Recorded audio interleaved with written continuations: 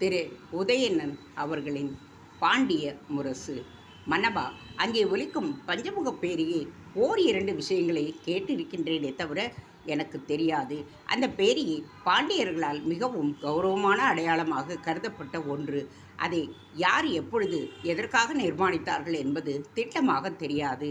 ஆனால் போர் நிச்சயமாகிவிட்ட நிலையில் அது முழக்கப்படும் என்றும், போர் அறிவிப்புக்கான அதிகாரபூர்வமான அடையாளம் அது என்றும் சொல்ல கேட்டு இருக்கின்றேன். பாண்டிய மன்னன் சற்று முன் வரை கூட நிச்சயமில்லை என்கின்ற நிலையில் இருந்திருக்கலாம். பழையன் போய் சேர்ந்தவுடன் தெளிவு பெற்ற பின் போரை நிச்சயம் செய்து இந்த பாண்டிய பேரியை ஒழித்திருக்கலாம் என்றான் நன்னன். இதை கேட்டதும் ஏதோ நினைவிற்கு வந்தவன் போல, நன்னா, பழையன் உன்னை தள்ளிவிட்டு ஆற்றில் குதித்து விட்டதாகச் சொன்னாயே, எந்த வழியாக அவன் கோட்டைக்குள் போயிருப்பான் என்று கேட்டான் சேரமன்னன். தெரியாது பிரபு. ஆற்றங்கரையில் இருந்தபடியே அடையாளங்களை காட்டினான். ஒருவேளை அதை கொண்டு பாண்டியர்கள் யாரேனும் ஆற்றங்கரை ஓரத்தில் நூல் ஏணியை இறக்கி மேலேற்றியிருக்கலாம் அவனை. அப்படி அவன் ஏற முயன்றால் அது நம் கண்ணில் பட்டு அம்பு எய்திருக்கலாம் அல்லவா? அதுதான் முடியாது மன்னவா. ஏனென்றால் ஆற்றுக்கு அக்கறையில் இருக்கும் பொழுதே நமது கண்காணிப்பு குழு வீரர்களை நாங்கள் இருவருமாக அதட்டி பேசி விரட்டி விட்டோம். அப்படியே வேறு குழுவினர் வந்தாலும் கூட சரி, மறுகரையோரமாகவோ அதை ஒட்டிய மதிலில் நூலேணி இறக்கப்படுவதையோ கண்டதும் இந்த கும்மிருட்டில் அவர்களால் அதை கண்டுவிட முடியாது. குறிப்பார்த்து அம்பு எய்வதும் கடினம். ஆற்றின் அகலம் கோட்டை பகுதியில் மிகவும் அதிகம். இந்த அளவிற்கு தெளிவாக பேசும் நன்னன் பழையனிடம் எப்படி ஏமாந்தான் என்று கேட்டுக்கொண்ட சேரமன்னன் கோட்டை பற்றி அவன் கூறிய தகவல்கள் விவரத்தை அறிந்து கொள்ள விரும்பி, சரி நன்னா, முரசு முழங்கினாலும் முழங்காவிட்டாலும் போர் நடைபெறுவது நிச்சயம். கோட்டைக்குள் உள்மதில் இருப்பதாக சொன்னாயே, அதை பற்றி விவரமாகச் சொல் என்றான். மன்னவா, வெளிமதிலுக்கு உள்ளே 100 அடி தள்ளி உள்ளே மதில்கள் 4 புறமும் இருக்கின்றன என்று கேள்விப்பட்டிருக்கிறேன். வெளிமதிலைப் போலவே உள்மதிலிலும் மாடங்கள், துளைகள், தளங்கள் ஆகியவை உண்டு. இரண்டுமே ஒரே நேரத்தில் இயங்க முடியும். நாம் கோட்டை கதவுகளை தகர்த்து புயல் போல உள்ளே நுழைந்தால் உள்மதிலிருந்து பயங்கரமான தாக்குதல் நடைபெறக்கூடும். அதுவும் இரவு நேரத்தில். நாம் அப்படி நுழைந்தால் பாதுகாப்பான உள்மதில்களிலிருந்து சௌகரியமாக அவர்களால் தாக்கிவிட முடியும். நம்முடைய இரு மதில்களுக்கும் இடையில் சிக்கிய பின் நாம் அழிந்துவிடத்தான் வேண்டும் என்று விளக்கிய நன்னன் கடைசியாக, மதில்கள் பலமானவை, அங்கே இயங்குபவர்களும் யவனர்கள், இதுவும் மிகவும் முக்கியம் என்று தெரிவித்தான்.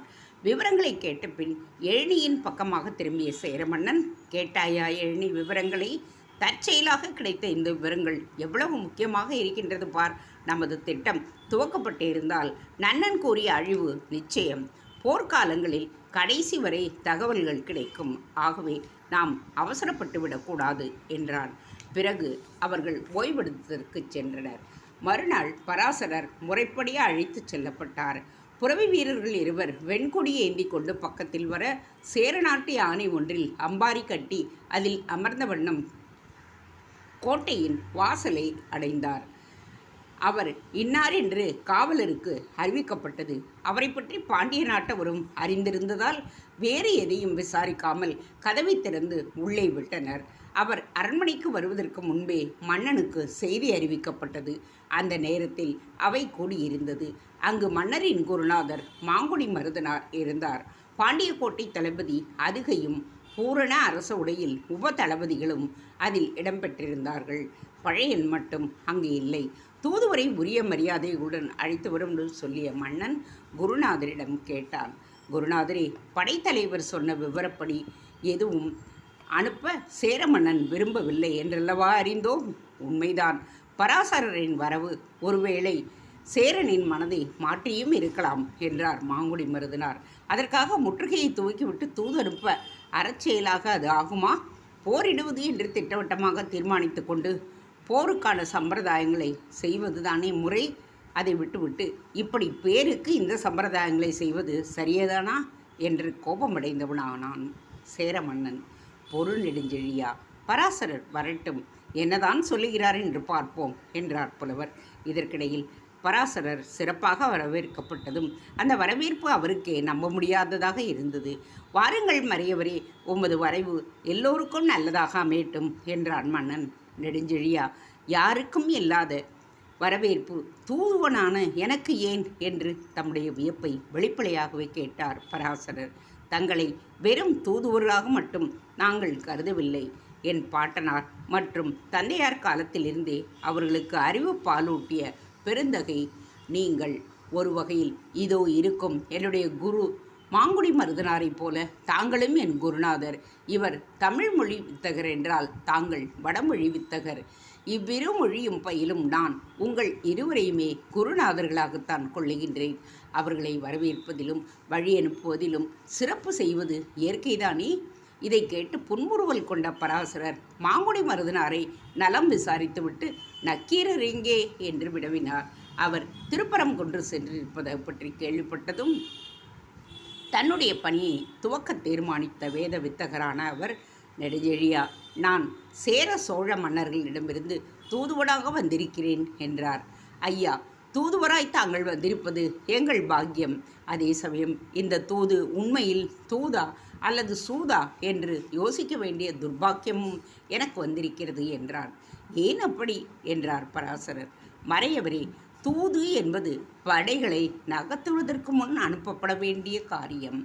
படைகளை நகர்த்துவது என்பது தூது பயனில்லாமல் போய்விட்ட பின் நடக்க வேண்டிய காரியம். இதுதான் முறையான சம்பிரதாயங்கள், அறச்செயல்கள். ஆனால் தங்களை தூது அனுப்பியுள்ள சேர சோழர்கள் படையை நடத்தி முற்றுகையை துவக்கி போருக்கான ஏற்பாடுகள் அனைத்தையும் முடித்துவிட்டு தூது விடுக்கிறார்கள். இதுதான் தூதின் இலக்கணமா? இது அவர்களின் போர் நோக்கத்தை காட்டுவதா அல்லது போர் தடுப்பு நோக்கத்தை காட்டுவதா? எதற்கு இது அடையாளம்? பாண்டியா, சேர சோழர்களும் உன்னை போல் அறநெறியைத்தான் பேசி என்னை அனுப்பியிருக்கிறார்கள். அது என்ன பராசரரே, சொல்லுங்கள், தெரிந்து கொள்ளுகிறோம். பாண்டிய சேர மன்னர்கள் ஏற்கனவே பலமுறை உங்களுக்கு தூதி அனுப்பிவிட்டானாம். உன்னிடமிருந்து பதில் எதுவுமே கிடைக்கவில்லையாம். அப்படியா? என்ன காரணத்திற்காக அவர்கள் எனக்கு தூது அனுப்பினார்கள்? நெடுஞ்செழியா, கொங்கு நாட்டிற்கு சொந்தமான உம்பர்காட்டில் பாண்டியர்கள் சில காலமாக ஊடுருவி யானைகளை களவாடுகிறார்களாம். உனது படைபலத்தை பெருக்குவதற்காக நீ இப்படி செய்வது ஒருபுறம் இருந்தாலும் சேரர்களின் கௌரவ சின்னங்களாக யானைகளை களவாடியது சேரரின் கௌரவத்தையே களவாடியதாக நினைத்து அவற்றை திருப்பி தந்துவிட்டு அது போன்ற களவில் ஈடுபடுவதில்லை என்று உறுதிமொழியும் அளிக்கும்படி சேர மன்னர் தூது விடுத்திருக்கின்றார். அந்த செய்தியை நீ புறக்கணித்து விட்டாயாம். எனவேதான் படையெடுத்திருக்கிறார்கள். எதற்கும் கடைசி கணத்திலாவது நியாயப்படி நடந்து கொண்டால் போரை நிறுத்தி கொள்ளலாமே என்று தூது அனுப்பியிருக்கிறார்கள். இதற்கு உன்னுடைய பதில் என்ன? இதை கேட்டு உறக்கச் சிரித்தான் நெடுஞ்செழியன். அப்படி அவன் சிரித்து அவையோரை பார்த்ததில்லை. அதே சமயம் காட்சிக்கு அது சிரிப்பாக தோன்றியதே தவிர உண்மையில் அது இகழ்ச்சியின் வெளிப்பாடே என்பதை உணர்ந்து கொண்ட பராசரர் சங்கடப்பட்டார். இந்த நிலையில் மன்னன் பேசினான். பராசரரே, உங்கள் தூதின் முடிவு இப்பொழுது புரிந்துவிட்டதல்லவா? இந்த தூது எத்தனை அர்த்தமற்றது என்பது உங்களுக்கே தெரிந்துவிட்டதல்லவா? போர் நடத்தியே ஆக வேண்டும் என்று திட்டவட்டமாக முடிவு கட்டியவனை தவிர வேறு யாரால் இப்படி கடைந்தெடுத்த ஒரு பொய்யை காரணமாக தூதனுப்ப முடியும்? இப்படி ஒரு பொய் மூட்டையை வேத வித்தகரான தாங்களா சுமந்து வர வேண்டும்? இந்த பொய்யின் மூலம் எதை எதிர்பார்க்கிறார்கள் சேர சோழர்கள்? யானைகளையா அல்லது என்னுடைய சரணாகதியையா? இந்த பொய்யை கேட்ட பின் சேர நாட்டு யானைகள் உண்மையிலேயே நான் களவாடி இருக்கக்கூடாதா என்று கூட தோண்டி இருக்கிறது. மறையவரே, களவை பற்றி பேச அருகதை வேண்டாமா? குற்றத்தை சுமத்தும் முன் யோசிக்க வேண்டாமா? என் பாட்டனாரை பற்றி தங்களுக்கு தெரியும். குற்றம் நேர்ந்துவிட்டது என்று தெரிந்து விட்டதும் குற்றம் துறந்து கூற்றத்தின் வாய்ப்பட்ட பாண்டியர் அப்படிப்பட்டவர்களின் மீது களவு பழியை சுமத்துகின்றானா இந்த சேரன்? இந்த பழிக்காகவே போரை துவக்கிவிடலாமே ஐயா. பொய்யை நீங்கள் சுமந்து வந்திருந்த பொழுதும் உண்மை எங்களுக்கு தெரியாமல் இல்லை. இந்த போர் ஏன் உருவானது என்பதற்கு காரணமே வேறு. சோழன் நடத்த விரும்புகின்ற ராஜசூய யாகத்திற்கு தன்னை பெருவேந்தனாக அனைவரும் அங்கீகரிக்க வேண்டும் என்கின்ற ஆசையில் முயன்றான். பலர் அங்கீகரித்தார்கள். விடுபட்டது நானும் சேரன் கோதை மார்மன் மட்டும்தான். அவனிடம் நீங்கள் தூது போனீர்கள், ஆனால் என்னிடம் எந்தவிதமான தூதும் இல்லை, தூதனுப்ப விரும்பவும் இல்லை. காரணம், நான் சிறுவனிடம் தூதனுப்புவது அவமானம். ஆகவே துச்சமாக நினைத்து படையெடுப்பே நடத்தியாகிவிட்டது. சொல்லுங்கள் ஐயா, இதுதானே உண்மை? இப்படி ஆவேசமாக மன்னன் பேசி விடுத்ததும் பராசரர் அமைதியாக பேசினார். மன்னவா, நீ கூறியதே உண்மை காரணம் என்றே இருக்கட்டும். சேர சோழர்களின் மதிப்பீடு தவறே என்று வைத்துக்கொள். தமிழரின் பொது நன்மைக்காக நீ ஒத்துழைக்க கூடாதா? பொது நன்மையா? பாண்டிய நாட்டின் தமிழ் மண்டலத்தை சேரனும் சோழனும் பாண்டியனும் தனித்தனி மன்னர்கள் என்று 100 பேர் ஆள வேண்டுமா? உங்களுக்குள்ளேயே பூசலும் சண்டையும் அவசியம்தானா? உங்களுக்குள் மூலம் போரினால் அழிவது யார்? தமிழர்கள்தானே. இதை ஏன் தடுக்கக்கூடாது? சோழன் பெருநற்கிள்ளி இதை தடுக்க முயல்கின்றான். அதற்கு ஏன் அனைவரும் ஒத்துழைக்கக்கூடாது? ஐயா, வேத வித்தகரான உங்களுக்கு நான் உணர்த்த என்ன இருக்கிறது? சோழனின் முயற்சி நீங்கள் சொல்வது போல தமிழர்களின் பொது நன்மைக்காக என்று இருந்தால் சிறுவன் என்ற அபிப்பிராயம் கொண்டு என்னை உதாசீனப்படுத்த வேண்டியது ஏன்? ஒரு குடைக்கீழ் தமிழகம் வருவது தமிழருக்கு நல்லதென்ற தீர்மானம் உண்மை என்று இருக்குமானால் அதற்கு படை திரட்டி முற்றுகை கொண்டுதான் தூது அனுப்புவார்களா? அதுவும் தங்களைப் போன்றவர்களிடம் பொய் மூட்டையை சுமக்கச் சொல்வார்களா? தமிழகத்தை ஒரே மன்னன் ஆளும் உயரிய நோக்கம் உள்ளவர்கள் பொய் செய்தி தூது அனுப்பியது ஏன்? மறையவரே, சோழரது முயற்சியின் பின்னணி பெருந்தன்மை அல்ல, அது வேறு என்ன என்பதை என் வாயால் உச்சரிக்க நான் விரும்பவில்லை. அதோடு ஒரு விஷயத்தை தெளிவுபடுத்திவிட நான் விரும்புகின்றேன். தமிழகத்தில் சேர சோழ பாண்டியர் என்று தனித்தனி ராஜமரபுகள் உண்டாகி நெடுங்காலமாகி தனித்தனி தன்மையுடன் வளர்ந்தும் விட்டன. அவற்றை ஒன்றாக்குவதோ தமிழகம் ஒரு மன்னனுக்கு கீழே ஆளப்படுவதென்பதோ இப்போதைக்கு முடியாது. அதற்கு நெடுங்காலம் ஆக வேண்டும். அதோடு சேர சோழ பாண்டியர் மட்டுமல்ல, தமிழகத்தை இன்னும் பல மன்னர்கள் துண்டு துண்டாக ஆண்டு கொண்டிருக்கிறார்கள். ஒன்று சேர்க்க முயற்சிக்க சோழர்கள் முயற்சியில் சாத்தியமாகிவிடப் போவதில்லை. அது வேறுபட்ட மனிதர்களுக்கிடையே மன்னர்களுக்கு இடையே ஒற்றுமை நிலவுவதால் எளிதாக சாத்தியமாக முடியும். அதை உருவாக்க யாரும் முயலலாம். பலதரப்பட்ட மன்னர்களை தனக்கு அடங்கி வாழும்படி ஒருவன் முயற்சிப்பதை விட பல தரப்பட்ட மன்னர்கள் தங்களுக்குள் ஒற்றுமையுடன் வாழ்வதற்கு முயற்சிப்பதுதான் சரியானது. போர்தான் உன்னுடைய முடிவா பாண்டியா? போரை முடிவு செய்து கொண்டு வந்திருப்பவர்கள் சேர சோழர்கள். நான் நினைத்தாலும் அது நிற்கப் போவதில்லை. அதோடு இந்த சேரன் ராஜசூயத்தை காரணம் காட்டி படையெடுத்திருந்தால் கூட நான் போரை தவிர்ப்பதற்கு முயன்றிருப்பேன். ஆனால் அவன் என் படைத்தலைவனை சதி செய்து கடத்தி கொண்டு போய் சிறை வைத்திருக்கின்றான். இது யானை களவு போன பொய் செய்தி அல்ல, உண்மை என்பதை அனைவருக்கும் புரிந்திருக்கும். இது வீரன் செய்யக்கூடிய காரியமா? பழையனின் மீதுள்ள அச்சத்தால் செய்யப்பட்ட தவறு அது. பழையன் தப்பிவிட்டதால் இது வெறும் தவறு என்கின்றீர்கள். அவனும் தப்பாமல் போரிலும் நான் தோற்று போனால் படைத்தலைவருக்கு இந்த சேரன் மகுடம் சூட்டி விடுவானா? கழுவில் மாட்டுவானா? பராசரரே, நன்றாக கேட்டுக்கொள்ளுங்கள். போர் நிச்சயம். என்னை சிறுவன் என்றும் பெரிய படைகளை வைத்திருப்பதால் என்னை எளிதில் அழித்துவிடலாம் என்றும் மனப்பால் குடித்து வந்திருக்கும் சேர சோழரை சிதறி ஓடும்படியாக போரிட்டு அவருடைய முரசுகளை நான் கைப்பற்றுவேன். அப்படி செய்வதற்கு தவறினால் மன்னன் என்னை கொடியவன் என்று இகழட்டும். மக்கள் இதோ புலமையில் சிறந்த குருநாதரான மாங்குடி மருதனாரும் இதர புலவர் பெருமக்களும் என்னை புகழ்ந்து பாடாமல் இந்த நாட்டை விட்டே நீங்கட்டும். என் சுற்றத்தார் விலகி நான் பிச்சை எடுத்து வாழும் இரவலனாக ஆகட்டும்.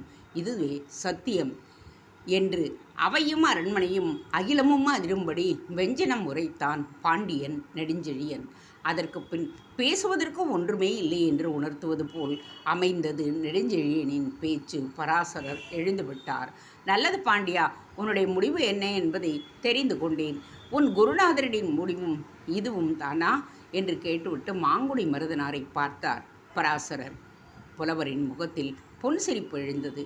பராசரரே, வடமொழி வித்தகரும் வேத விவருமான தங்களுக்கு மகாபாரதமும் கீதையும் தெரிந்த விஷயங்கள்தான். அவற்றில் இல்லாத எதுவும் இங்கே நடைபெறவில்லை. அதே சமயம் தர்மம் வெல்லாமல் போகப் போவதும் இல்லை என்றார். அவரிடம் பாரதம் பற்றியோ கீதையை பற்றியோ விவாதிக்க பராசரர் தயாராக இல்லை. தன்னை போல் வெளிப்படையாக கருத்து தெரிவிப்பதை விட்டுவிட்டு அவர் புதிர் போட்டு பேச வேண்டிய அவசியம் என்ன என்பதை யோசித்த அவர், இந்த தமிழ் புலவர்களெல்லாம் விஷமிகள், மன்னர்களை கைப்பொம்மைகளாக்கிவிடும் வித்தகர்கள் என்று தனக்குள் சொல்லிக்கொண்டே, வருகிறேன் புலவரே, வருகின்றேன். நெடுஞ்செழியா, யாரால் போர் நடைபெறுவதானாலும் சரி, எனக்கு என்னவோ இதனால் வருத்தம், தர்மம் வெல்லட்டும் என்றவாறு விடைபெற்று சென்றார். அவர் செல்லும் வரை தத்தளித்தபடி காத்திருந்த காவலாளி ஒருவன் அவைக்குள்ளே நுழைந்து கோட்டை தளபதி அதுகையிடம் ஏதோ சொல்லவும் பதற்றமடைந்த அவன் உடனே அவையை விட்டு நீங்கினான். அடுத்து அந்த காவலாளி மன்னனிடம் அந்த செய்தியை கூறினான். மன்னனின் முகம் சிவந்தது. இது உண்மையா என்று விரையவும் செய்தான். Thanks for watching. Please subscribe.